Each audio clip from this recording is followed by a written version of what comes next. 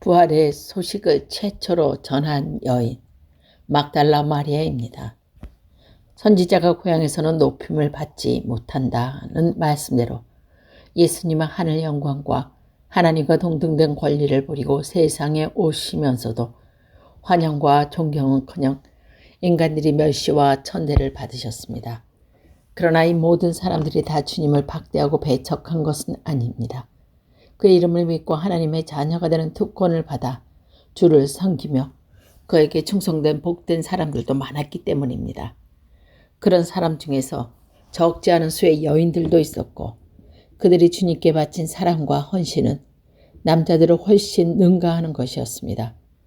복음서에 등장하는 여인을 치고 예수님을 적대시하고 배척한 사람은 찾아볼 수 없을 정도로 여자들을 충실히 주님을 받들고 섬긴 것입니다. 그 중에서도 특별히 주를 사랑하고 따르며 그분을 위해서는 목숨까지도 바칠 준비가 되어 있었던 여인이 막달라 마리아입니다. 막달라 마리아가 어떤 여자이며 그녀가 어떻게 예수를 만나게 되었는가에 대한 기록은 성경에서 찾아볼 수 없습니다. 사람에 따라서는 그녀가 누가복음에 나오는 죄 많은 여인과 동의 인물이라고 말하지만 근거엔 희박한 생각입니다. 그러나 막달라 마리아가 정신적으로 육체적으로 나아가선 도덕적으로 많은 문제를 안고 방황하며 전통을 지켰던 여자였다는 사실은 쉽게 추측할 수가 있습니다. 그녀가 7 귀신에 들렸던 여자임은 마가와 누가가 동시에 밝히고 있으며 그 당시 악령에 사로잡힌 사람들의 삶의 사회에서 격리당했고 개인적으로는 그 심한 곡돈 속에서 인생의 목표와 방향을 잃은 채 살아가야 했던 비참한 것이었으니 말입니다. 그런 그녀를 주께서 고쳐주셨으니 막달라 마리아는 예수 그리스도 안에서 새로운 피조물이 된 것입니다. 주 안에서 거듭난 막달라 마리아는 천국 복음을 전하는 예수님을 수용하기 시작합니다. 12이나 되는 제자들과 유대 땅 구석구석을 다니시는 예수님 일행을 시중 든다는 것은 굉장히 힘들고 어려운 일이었습니다. 개인의 삶을 희생하는 시간과 정성과 노력을 투입해야 함은 물론 엄청난 경제적 부담을 감당해야 했기 때문입니다. 굶주린 서민들을 위해서는 오병이어의 기적을 베풀어 배불리 먹고 주께서 자신과 제자들의 양식을 여인들에게 의존하셨다는 사실은 예수님은 자비와 긍휼이 충만한 신분이며 덧조 철미한 분이심을 말해줍니다. 이 힘든 일을 막달라 마리아는 기쁨으로 감수하며 사한 제물이 되어 주님을 섬겼던 것입니다. 막달라 마리아와 더불어 그 희생 사역에 참여한 여인 가운데 헤롯 왕의 청지기 구사의 아내 요한나와 스잔나가 포함되어 있습니다. 많은 사람들이 목적의식을 가지고 예수께 다가옵니다. 배고픈 이대 사람들은 민생고를 해결하기 위해 각종 병에 시달렸던 사람들은 병 고침을 받기 위해 예수를 찾았기에 그들에게 원하던 바를 얻은 후에 미련 없이 주님을 떠나갔고 끝내는 그를 죽음의 길로 보내는 데 주역까지 담당했던 것입니다.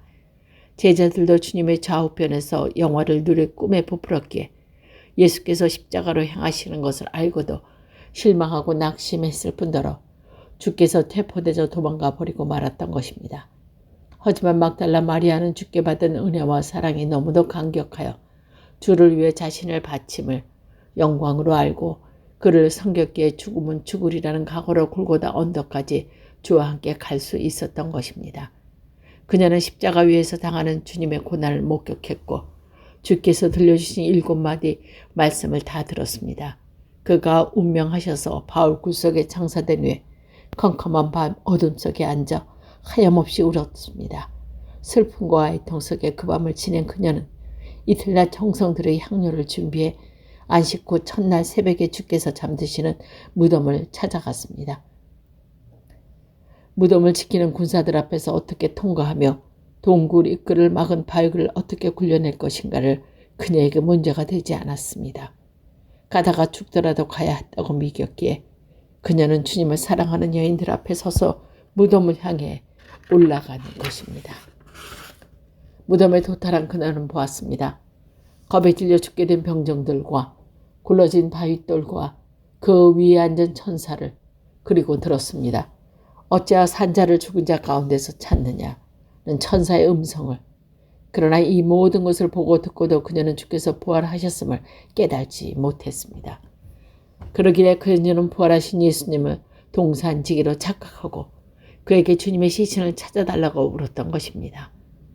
비천한 여인 막달라 마리아, 인생의 온갖 무거운 짐에 짓눌려 삶을 포기할 지경에 이르렀던 절망적인 인생. 그런 그녀가 주 안에서 소생하여 흔들리지 않는 믿음과 시들지 아니하는 사랑과 불굴의 인내와 용기, 그리고 한없는 겸손과 헌신으로 주를 섬겼습니다. 그 결과 그녀는 부활하신 예수님을 만나는 최초의 인간이 되었습니다. 뿐만 아니라 그녀는 부활의 기쁜 소식을 세상에 제일 먼저 전하는 영광마저 차지했습니다. 빈 무덤 밖에서 주님을 찾지 못해 슬피 우는 그녀를 다가오신 주께서 그녀의 이름을 부르며 그가 살아나셨음을 제자들에게 전하라고 분부하셨기 때문입니다. 마리아는 기쁨으로 산을 내려와 내가 주를 보았다고 외침으로 그녀에게 주어진 영광된 사명을 완수합니다. 생명의 면류관을 원했던 고난의 십자가는 원치 않은 사람들이 허다한 오늘 죽음을 불사하고 주를 섬김으로 다시 사신 예수님을 제일 먼저 만나 그 기쁜 부활의 소식을 전하는 영광을 차지한 마리아의 삶을 본받는 우리들이 되어야 되겠습니다.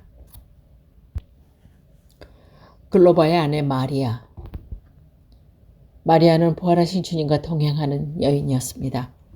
예수님 죽음에 대한 반응이 다양하게 나타났듯이 그의 부활에 관한 소식도 듣는 사람마다 같은 태도로 받아들여지지는 않았습니다.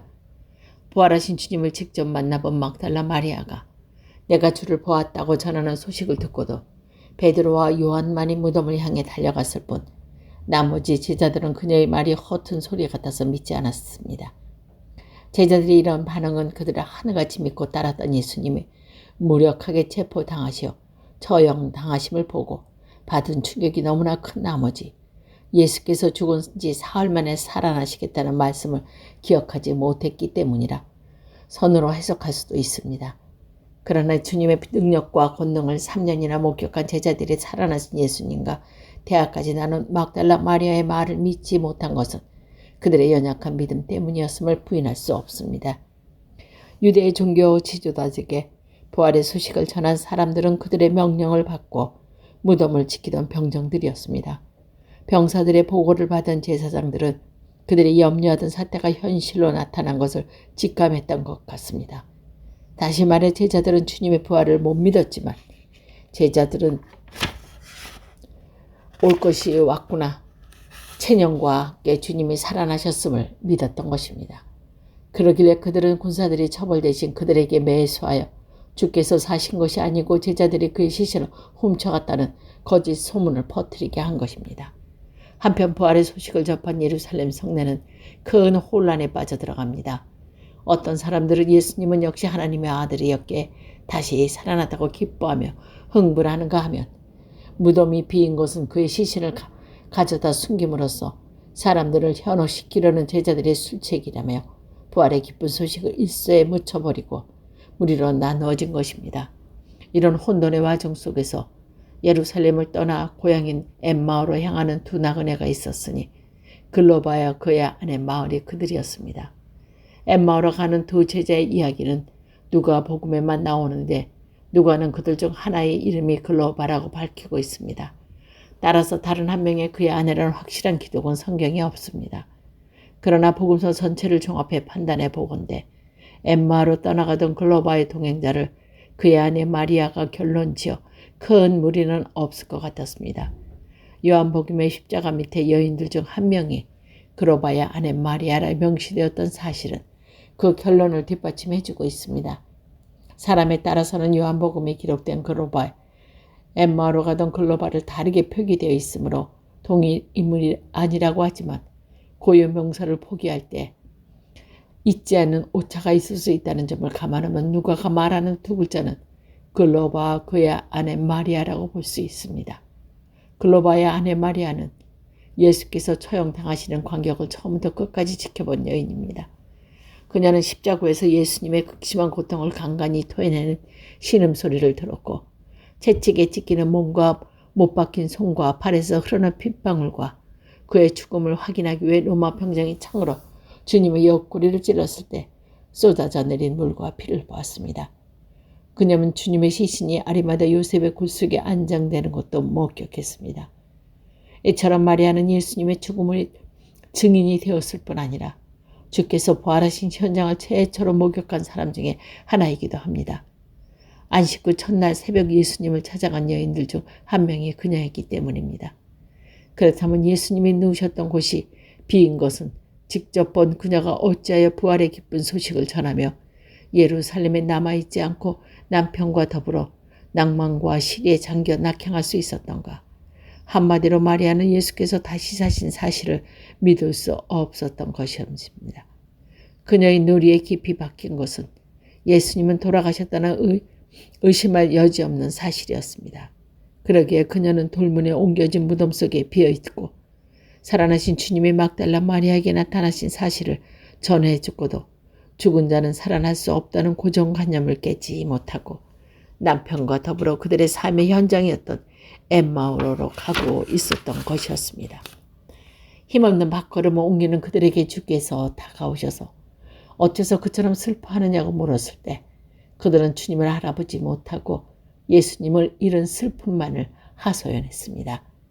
그러다 주님의 말씀해주는 성경 말씀을 들으면서 마음이 뜨거웠고 영의 눈이 열려 동행하는 문이 예수임을 깨닫고 엠마오로 향하던 발길을 돌려 예루살렘으로 달려갑니다. 예수께서 살아나신 현장을 찾아가 빈 무덤이 침묵으로 외쳐대는 그리스도의 부활의 소식을 듣고도 그것을 현실로 받아들일 수 없었기에 주님을 만나기 전에 삶에서 돌아가던 마리아의 연약한 믿음에 탓하기 전에 우리의 삶이 진정으로 부활을 믿는 자의 것인지 점검해 보아야 할 줄 압니다.